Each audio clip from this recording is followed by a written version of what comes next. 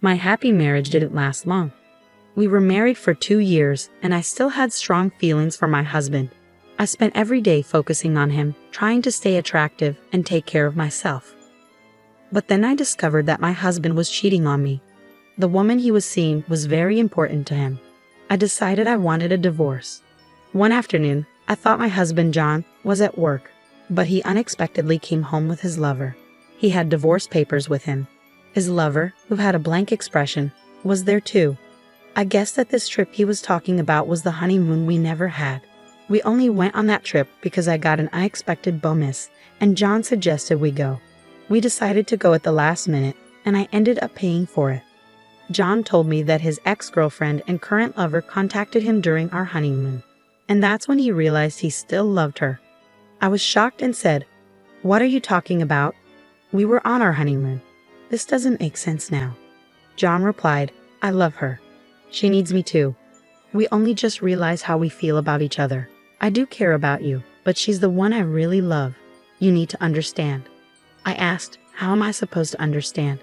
How does he expect me to just sign the divorce papers? What about my feelings?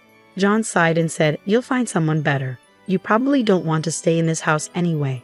We'll stay here, so you need to pack your things and move out in about a week." It felt like John wanted nothing to do with me anymore. He had asked me out and proposed to me, but now he was the one ending our marriage. He didn't take any responsibility for what happened, and I felt all my feelings for him vanish instantly without even an apology. I signed the divorce papers. John and his lover then left the house, telling me to be out by next week. I felt like my insides were freezing. It all happened so suddenly that I didn't even cry. Instead of feeling betrayed, I felt deceived, which made me feel sorry for myself and my situation. The next day, I asked a friend to help me pack up and move back to my parents' house. Since I'm a nurse and John didn't earn much, I paid most of our living expenses. Even though I was shocked by the affair and the divorce, not having to pay rent anymore felt like a small benefit in this situation. I made plans for where I would live next and started packing my things again to leave my parents' house.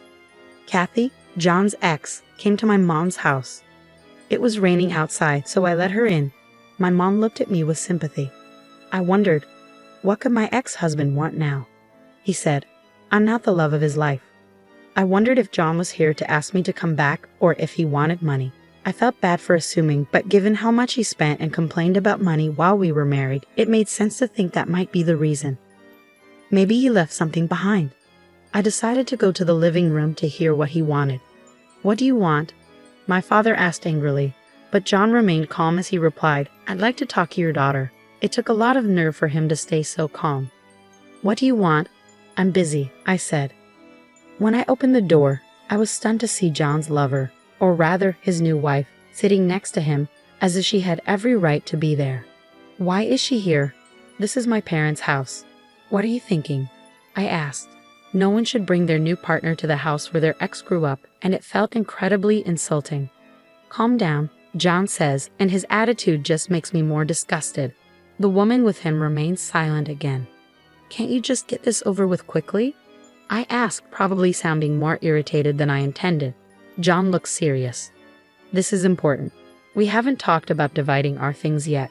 I'm here to get my share." I think to myself, so it's money, just as I thought. John looks pleased. "Yes, that's right. I had a feeling he would come soon, so I was prepared." I take out my purse and give him 30 cents. "Here, this is your share." "What?" John and his new wife gape at the 3 dimes in his hand. "What is this?" He throws the coins on the floor. His new wife suddenly speaks up. "Are you kidding? This isn't property. Stop messing around." They're both furious. "That's all the savings we have left," I calmly explain. John must have expected more. He sneers at me and says, "What are you talking about? There's more. I know you had $200,000. Give me my share of $100,000. He waves his hands around, and his wife nods along. I'm shocked and just stare at him. "You're the one who wanted this over quickly. So if you want the money, hand it to me." John starts screaming and throwing things around the house. He's completely different from the man I knew. It's a relief to have left him. The loud noise and shouting bring my dad, who had left the room, and my brother, who had just come home, into the living room. My dad is stunned by John's outburst but manages to grab John's arms and restrain him, stopping him from causing more chaos. I quickly explain the situation to my brother, who is a lawyer and understands what's happening because he knows about the divorce. John's new wife overhears us and realizes that John has a lawyer in the family. "Hey, I didn't know your ex-wife had a lawyer in the family," she yells at John, her eyes wide. I wonder why they're so focused on money. Even though I don't want to talk to John, I ask him, "Why do you need the money so badly? You left me because you said this woman is your dream. You chose to be with her instead of me, and that's why you wanted me to move out." "Yes, that's true," John replies. "But dividing the property is important. The house we have now was ours, and we want to build a new one. We're planning for a family, so we need a car and a vacation too. I want to do all the things a new husband should, which is why I'm here. It's hard for me though." Every reason he gives seems so selfish. "Okay," I say. "So you didn't want to come here. I don't want you here either. You don't seem to understand how terrible your actions were, so you don't seem sorry at all. I financially supported our marriage. Giving you my share is the least you can do to acknowledge what you've put me through." "Supported you financially?" John scoffs. What did he just say? Did he say I supported him? Maybe I heard wrong. John never wanted to work. He would come home as soon as he could to play online games and would take days off whenever he didn't feel like working, using up all his paid leave while pretending to be sick. John never intended to earn more money and took full advantage of the fact that I was a well-paid nurse. I covered all our living expenses. He would occasionally hand me $100 when he felt like it, but honestly, it felt like he was just an unemployed boyfriend living in my apartment without contributing. John never did any of the housework. Maybe if he had at least acknowledged my hard work, I could understand better, but I'm deeply disappointed by his unreasonable claim that I financially supported our marriage. I was the one paying all the living expenses. How can you say that? Based on what you just said, you should actually give me back the 30 cents I just gave you. What are you talking about? You really don't understand anything, do you? John's new wife interrupts. I'm sure you were excited when you heard about my savings, but I have some bad news for you, I say calmly, as John and his wife glare at me. At this point, my brother speaks up for me. Excuse me, I'm Henry Thompson, and I'm a lawyer. Let me clarify things for my sister. Only the savings made during the marriage are divided as property. Any money saved before the marriage remains the personal property of the individual. My sister saved up the $200,000 before the marriage, so it's her own money and can't be divided with you. The only amount left in your share account is 60 cents, so your share is half of that, which is 30 cents. There's no point in arguing about this. It seems my sister was saving for your future, but I believe you've spent it all on the woman sitting next to you. Henry speaks calmly, and John and his wife look shocked. John tries to respond. What my brother just said was as Catherine's brother, but now let me speak as her attorney. My client is requesting compensation from you. Why haven't you made this payment yet? I had requested compensation, I explain, but John only paid part of it. I was wondering why the rest wasn't paid, which is why I had my brother step in. My actual lawyer is his colleague, but since we didn't expect John to show up today, Henry is representing my lawyer. With Henry's intense gaze, John and his wife fall silent. You were asking for a share despite being the one who had the affair and caused the divorce. It doesn't make sense for you to ask for anything. It looks like you've already spent the money my sister had saved up for both of you. My sister's request is that you return the full amount you owe her and pay the compensation. That's impossible. John's new wife protests. Honey, let's stop this. We can't push this any further. John stands up and kicks the table while his wife tries to hold him back.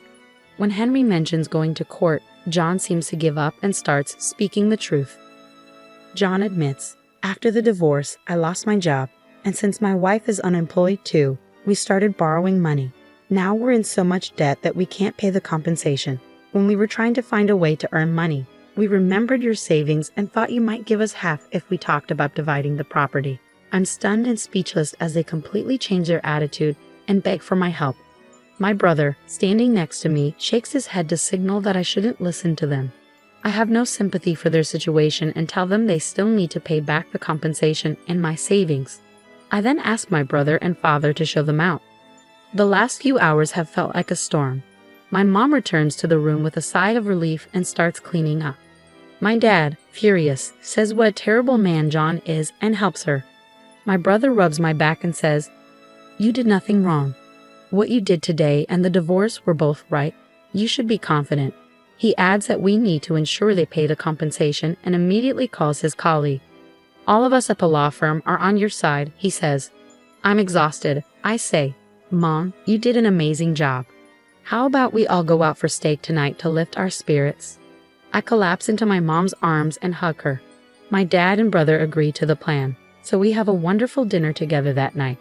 Later, with help from my brother, his colleague, and the law firm, I get back the compensation and my used savings. John and his wife have no luck with job interviews and end up working several part-time jobs. They won't be buying a house, a car, or going on vacation for a while. They seem to be finally grateful to me after experiencing their new life. When we pass each other on the street, they politely say hello, which makes me feel better knowing they've made at least a little progress. As for me, I'm in a steady relationship with the attorney who worked on my case. Henry is thrilled and says this man is perfect for me. 1 year after the divorce, I'm planning to introduce my new boyfriend to my parents soon. I'm sure they'll be very happy for me.